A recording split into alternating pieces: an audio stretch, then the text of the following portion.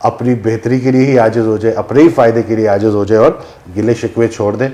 میں امید کرتا ہوں کہ اس ویڈیو سے آپ کو فائدہ ہوا ہوگا. مجھے اور ڈاکٹر مہتاب کو اپنی دعا میں یاد رکھیے گا. چینل سبسکرائب کرنا نہ بھولیے گا اور بیل آئیکن کو پریس کرنا نہ بھولیے گا تاکہ آپ کو بر وقت ہماری ویڈیوز دیکھنے کو مل جائے. کیسی لگی ویڈیو کمنٹ ضرور کیجیے گا. اللہ حافظ.